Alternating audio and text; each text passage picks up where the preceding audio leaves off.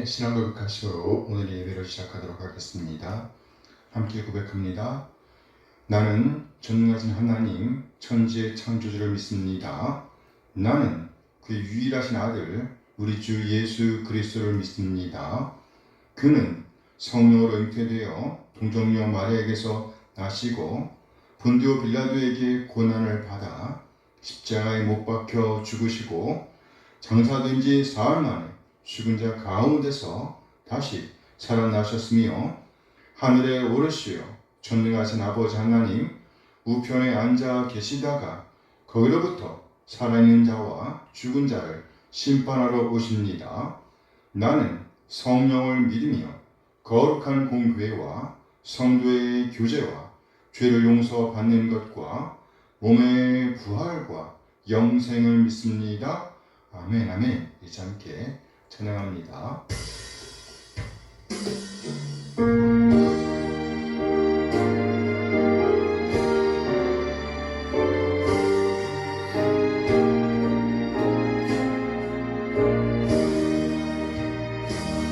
내 주님이 이루신 그것은 참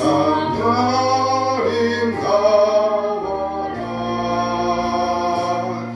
그 향이 내 맘에 사무쳐 내 기쁨 되도다. 시온 성도가 찬란한 저 천성 떠나서 이 세상 오신 예수님 참 내 구세주. 내 주는 쓰라린 바람이 쳤더라. 주시신 십자가 대할 때 난 눈물 흘리네. 시온 성보다 더 찬란한 저 천성 떠나서 이 세상 오신 예수님이 참 내 구세주. 내 주님이 주신 일만으로 나만 저거왔네.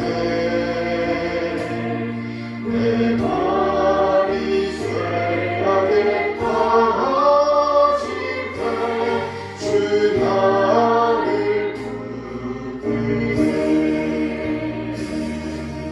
시온 성보다 더 찬란한 저 천성 떠나서 이 세상 오신 예수님 참 내 구세주. 내 주님 영광에 어리고 문 열어주실 때 나 주님 나라에 들어가 영원히 살겠네. 시온 성보다 더 찬란한 저 천성 떠나서 이 세상 오신 예수님 참 내 구세주.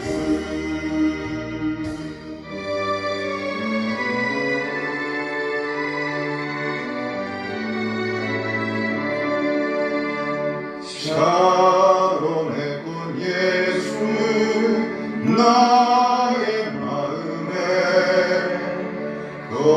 거룩하고 아름답게 비소서.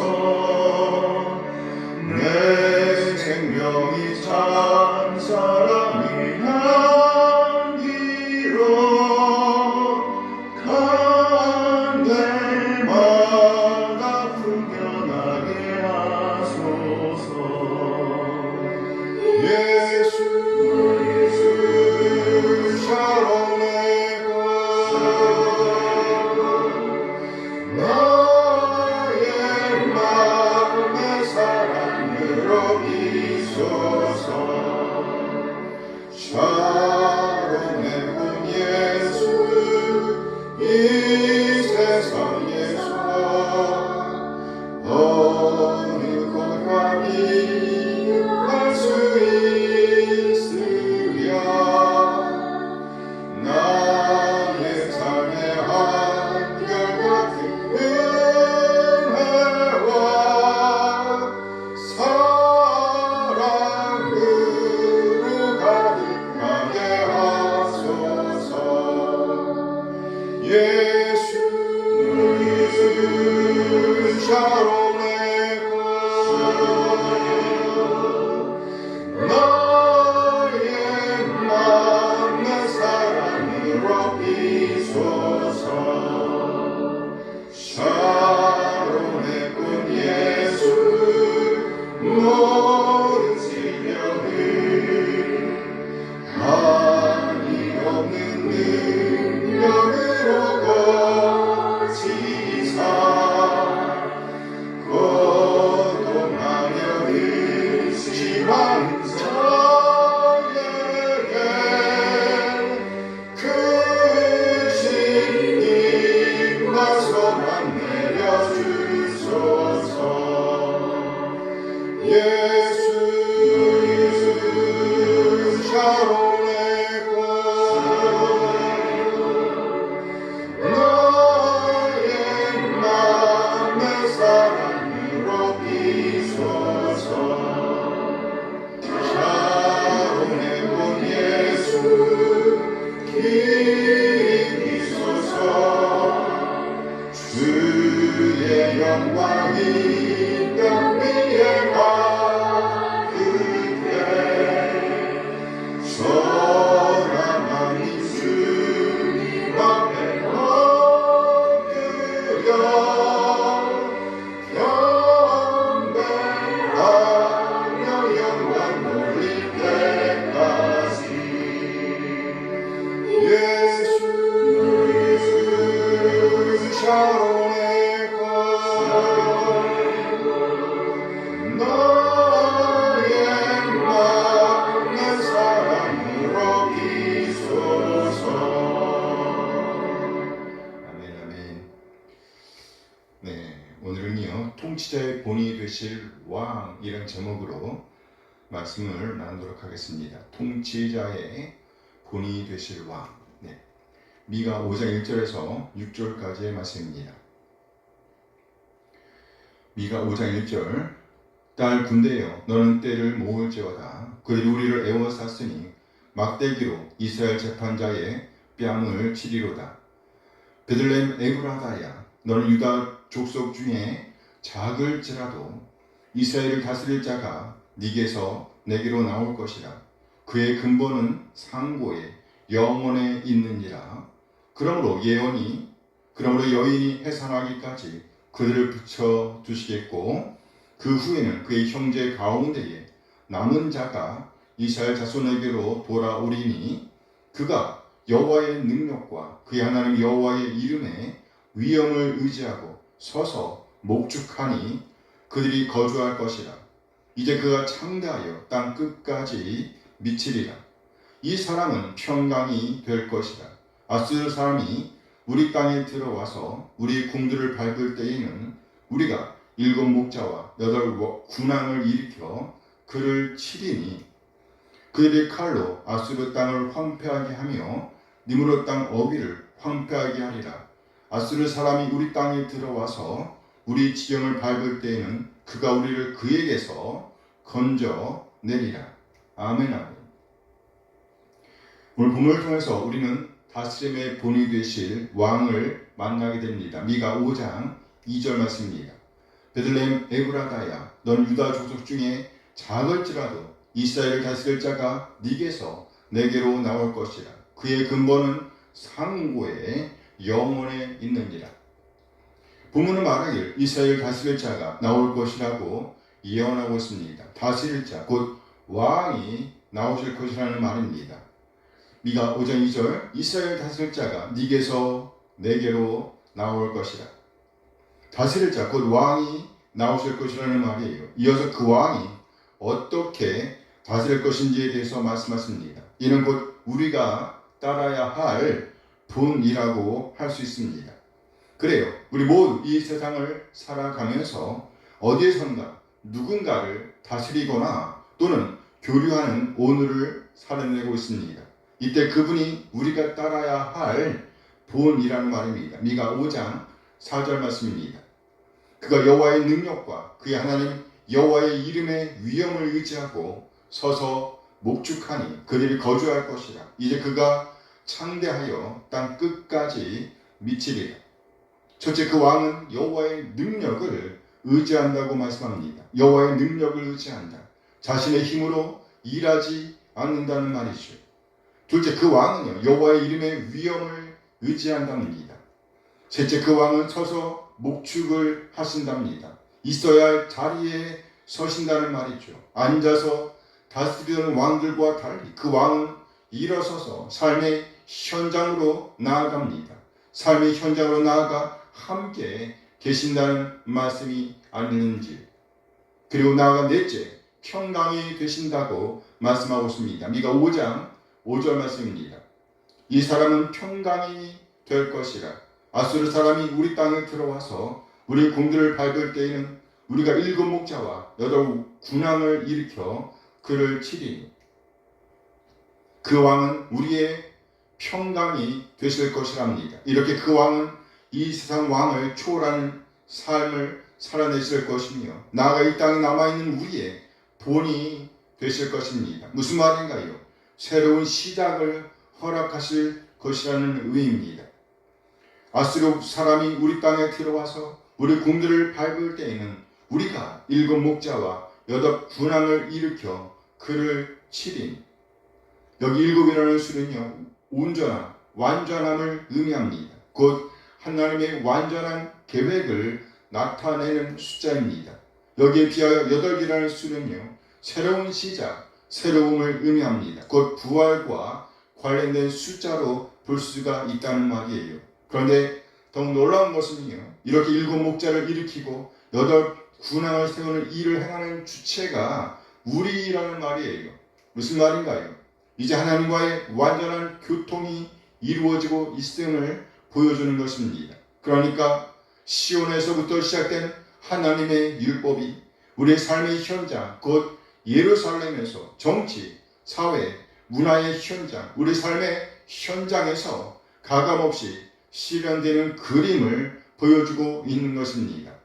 그래서 오늘 본문은요, 딸 군대를 부르는 부름으로 시작하고 있습니다.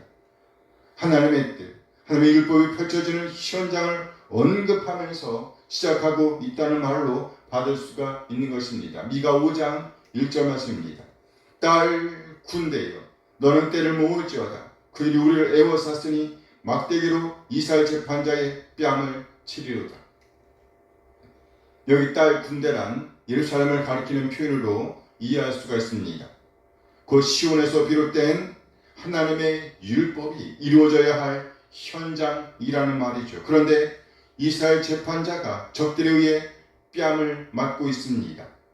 이 세상의 왕의 실패를 보여주는 것입니다. 고통의 때가 올 것임을 예고하는 것입니다. 그러나 이 실패는 전진을 위한 일보 후퇴로 볼 수가 있습니다.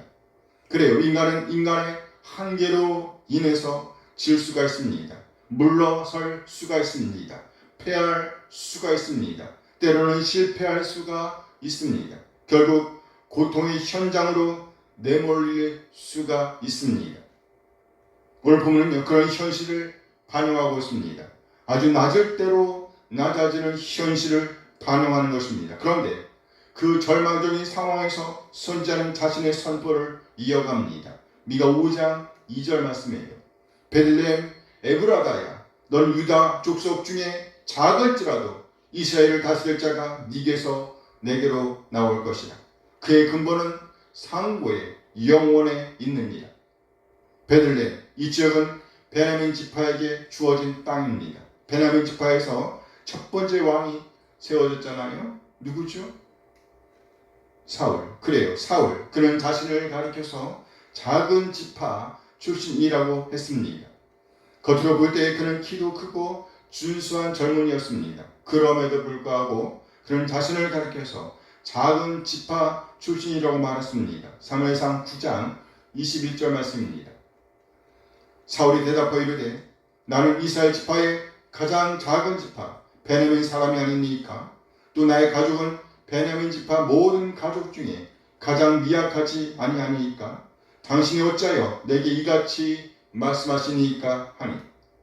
그래요, 이렇게 작게 여겨지는 지역에서 진짜 왕이 나올 것이라고 오늘 성경은 말씀하고 있습니다.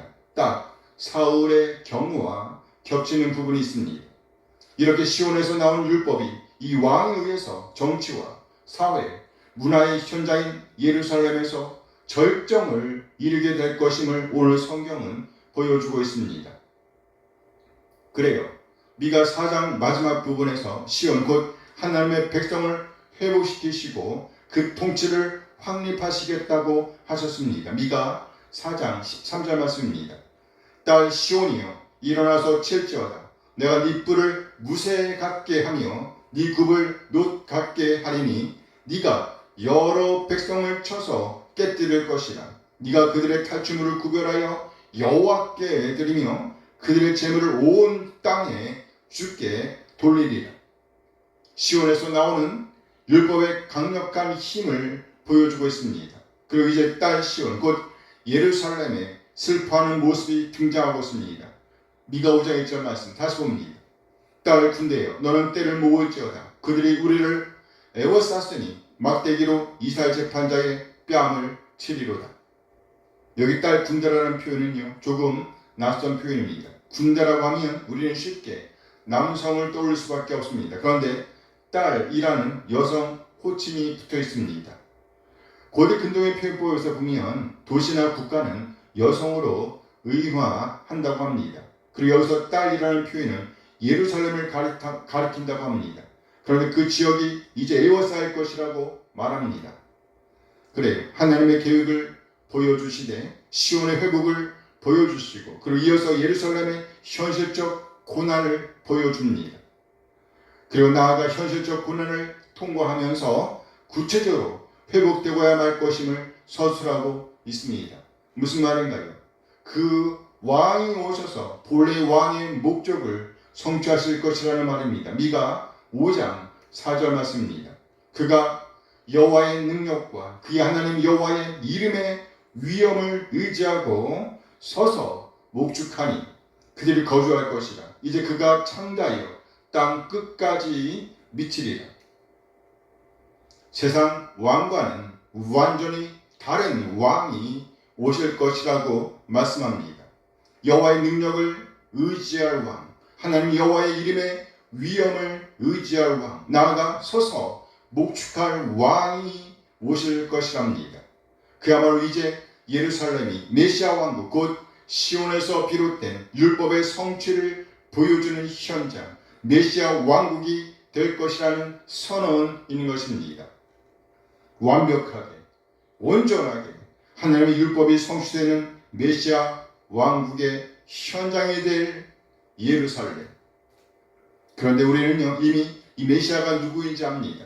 바로 예수님이십니다. 예수님은 실제로 이 땅에 계실 때에 서서 섬기는 자로 계셨습니다. 누가복음 22장 27절 말씀입니다. 앉아서 먹는 자가 크냐. 예수님께서 하신 말씀이 있지요. 앉아서 먹는 자가 크냐, 섬기는 자가 크냐, 앉아서 먹는 자가 아니냐. 그러나 나는 섬기는 자로 너희 중에 있노라. 그래요, 우리가 고대하는 메시아께서 보여주신 본은요 바로 서서 목축하는 것이었습니다. 이렇게 우리 주님은 여호와의 능력을 의지하며 여호와의 이름의 위엄을 의지하여 서서 목축하시는 분이셨다는 말이에요. 그리고 나아가 그리스도께서는 평안이셨습니다. 요한복음 14장 27절 말씀입니다. 평안을 너에게 끼치노니 곧 나의 평안을 너희에게 주노라. 내가 너에게 주는 것은 세상이 주는 것과 같지 아니하니라. 너희는 마음에 근심하지도 말고 두려워하지도 말라.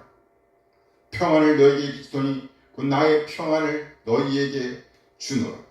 오늘 본문에 등장하는 메시아는요, 강력한 권능을 가지신 왕이시면서 평강의 목자 섬기는 왕이십니다.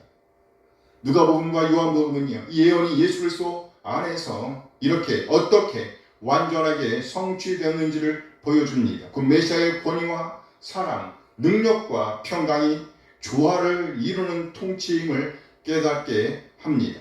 권위와 사랑, 능력과 평강의 조화.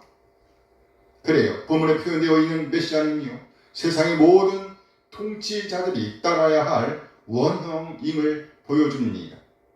첫째, 메시아는 여호와의 능력을 의지하는 통치자이십니다. 세상 왕들은 자기 군사력, 자기 재물, 자기 정치력을 의지합니다. 그러나 메시아는요, 전적으로 하나님의 능력에 기대십니다. 이는 통치의 근거가 자기 자신이 아니라 하나님의 주권이 있다는 것을 의미합니다. 둘째, 메시아는요, 여호와의 이름의 위엄을 의지하는 통치자이십니다. 여기 이름이란 인격과 권위 그리고 명성을 모두 아우르는 표현입니다. 세상의 권력자는요, 자기 명성과 자기 이름을 높이려고 합니다. 그러나 메시아는요, 하나님의 이름을 드러내는데 목적을 두십니다. 셋째, 메시아는요, 서서 목축하는 통치자이십니다. 여기 서서라는 말의 의미는요, 지속적인 돌봄, 책임감을 나타냅니다. 물론 역동적인 움직임을 의미할 수도 있습니다. 그래요. 단순히 명령을 내리는 것이 아니라 백성과 함께하며 자리를 지키는 지도자라는 말인 것이지요. 목자는 양을 위해 자신의 시간을 바칩니다. 목자는요, 양을 위해 자신의 안전을 포기합니다. 심지어 자신의 생명까지도 내어놓을 각오가 되어 있다는 말입니다. 넷째, 메시아는요, 평강이 되는 통치자이십니다. 여기 평강, 샬롬이란 단순히 전쟁이 없는 상태만을 의미하는 것이 아닙니다. 이를 초월하여 관계의 회복을 의미합니다. 정의의 실현을 의미합니다. 나아가 삶의 충만함을 포함하는 개념인 것입니다. 그래요.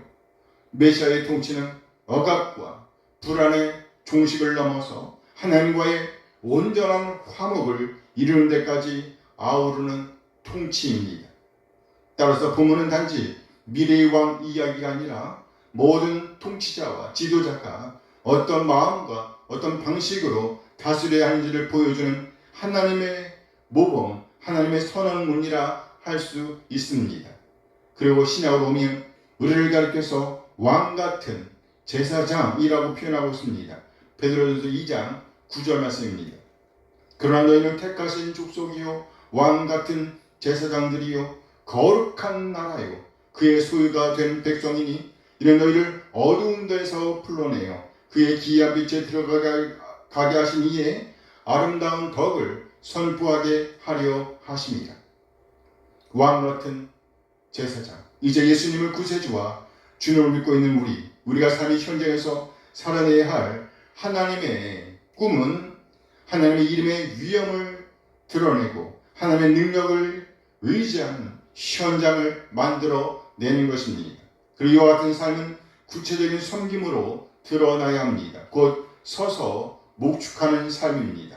이렇게 우리 모두 왕같은 제사장으로서 이 세상 모든 통치자의 본이 되신 예수님을 따라 우리도 아름다운 본을 남기는 자리에 서게 되기를 소원합니다. 아멘. 아멘. 하나님, 오늘도 귀한 말씀 주신 것 감사드립니다. 우리 모두 왕같은 제사장으로 부름받은 자들로서 우리 하나님의 능력을 의지하며 우리 하나님의 위엄을 의지하며 그러고 나아가 우리 삶의 현장에서 서서 목축하는 통치자, 평강이 되는 통치자로서의 오늘을 살아내게 하옵소서. 그래야 우리 하나님의 영광을 드러낼 수 있도록 인도하여 주시옵소서. 우리 주 예수 그리스도의 이름으로 기도합니다. 아멘. 아멘. 이제 함께 찬양하면서 예배를 마치겠습니다.